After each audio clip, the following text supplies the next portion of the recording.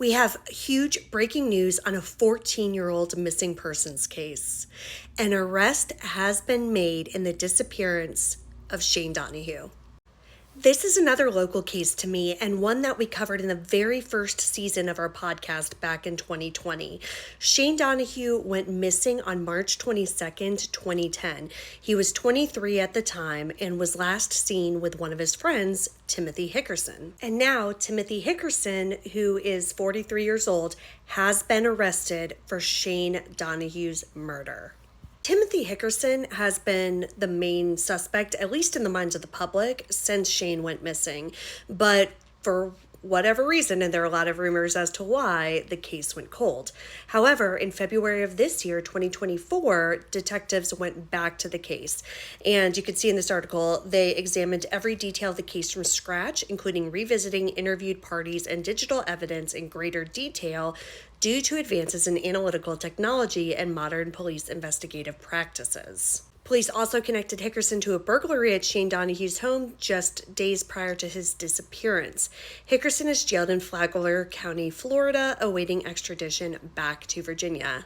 And I want to just draw your attention to this burglary at Shane Donahue's home that police just connected Timothy to. That's been known.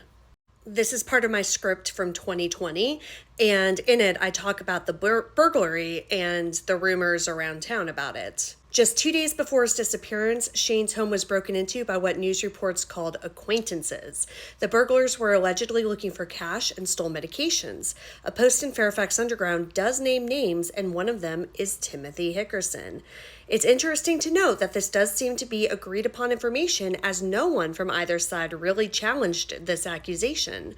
But whatever Hickerson may or may not have done on March 20th, by March 22nd, things appeared to be fine between the two friends.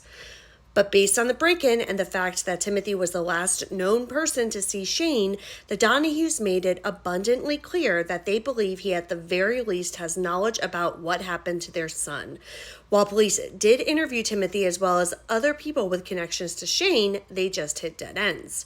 Nobody was talking.